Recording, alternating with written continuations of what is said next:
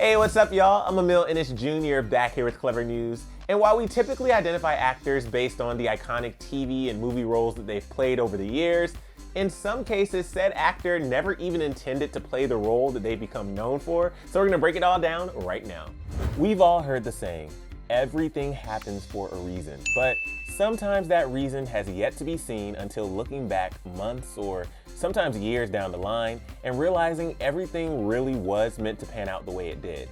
The saying goes for hundreds of Hollywood actors who prepare for a certain role only to be handed the dreaded news that said role would be going to someone else. Case in point, Millie Bobby Brown received her fair share of no's in the industry before landing her breakout role as Eleven on Netflix's sci-fi thriller Stranger Things. Last month, she opened up to Jimmy Fallon about being rejected many times before actually getting a yes, saying, "This industry is just full of rejection, 24/7. You get far more no's, a lot of no's, before you get a yes.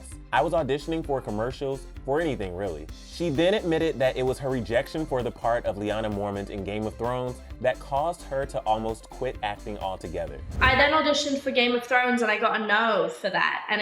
Then that's kind of when I was like, oh, this is really difficult. And I guess I really wanted that role. Millie recalled one of her last attempts at auditioning was for a show called Montauk, to which she got the part for the show that would later be renamed to Stranger Things.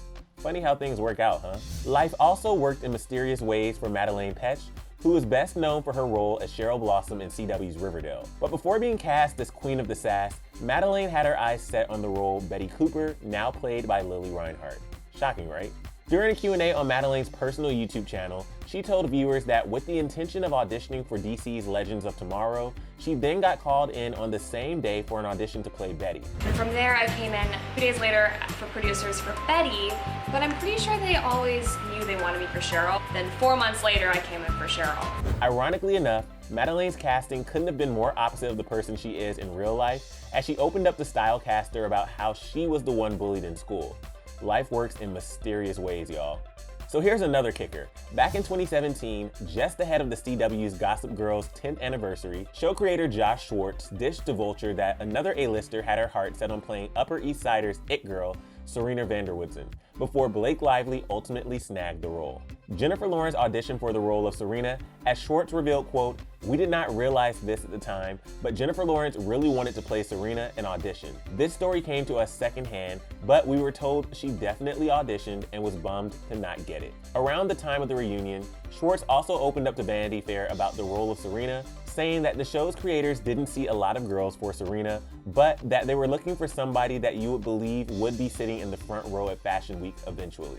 And whether you could have seen J-Law in the front of New York's biggest fashion event of the year or not, Blake's portrayal of Serena will always be iconic in and of itself. Besides, Jen went on to make a name for herself in many other iconic roles, including Katniss Everdeen in the Hunger Games series. Speaking of Hunger Games, before auditioning for Gale, Liam Hemsworth had his sights set on tackling the role of Katniss's right-hand man, Peeta Mellark. He caught up with MTV during the 2011 Sundance Film Festival, saying that before casting, he had already read the script, which stood out as definitely something different. Liam even screen tested alongside Jen as Peeta while she was running lines for Katniss, but eventually landed on the role of her childhood best friend turned first lover. Another one of our favorite leading ladies auditioned for a role in Nickelodeon's popular teen sketch comedy All That, but based on Emma Stone's wide range of roles through the years, the rejection is actually pretty shocking. Back in 2016, Emma opened up about her audition to Jimmy Fallon, recalling, quote, "I went to an open call. We drove out from Arizona and I auditioned for All That when I was 12 years old. The audition already began to take a turn for the worst when she said, 'I didn't know that you had to have characters. I thought they were going to give us sketches. And then 5 minutes before I went in the room, they said, you need to have 3 characters when you come in the room.' Emma made up some pretty good characters on the spot, and honestly, it makes for a pretty good story." Characters that you... I remember that one was a cheerleader that couldn't spell what she was cheering. So it was like, be aggressive, B-E-A-R. and then there was another one that was actually pretty nuts. That was a babysitter who is possessed. After hearing this, how Emma didn't get a role in All That is seriously beyond me. And finally, we have Tom Felton, who played Slytherin's resident bully, Draco Malfoy, in the Harry Potter series. But he was initially up for the role of Harry Potter himself, and shockingly enough, also Ron Weasley. Tom admitted to MTV back around the time the series' final film, Deathly Hallows Part 2 was released, that he's grateful he wasn't cast as any other character and that he would have been a very different individual had he been cast as Harry or Ron. He said, quote, "I'm very grateful I'm in the film at all, but even more grateful that I got the character of Draco. I think Rupert and Dan, there's no question in my mind there's no one else in the world that A, could have played the character better, but B, could have handled the behind-the-scenes pressure those guys have dealt with over the last decade." And instead of any jealousy or animosity between the main characters on set, Tom went on to explain that they've essentially become more like a family than anything. He even revealed that it was Daniel Radcliffe who brought the group closer together, adding that he was always the most excited, the most eager, he had the most fun on set, and through that, I think everyone just kind of latched onto him and sort of followed his lead. So he's definitely been like the Godfather over the years, and he's definitely been the one that's been the most inspirational for sure.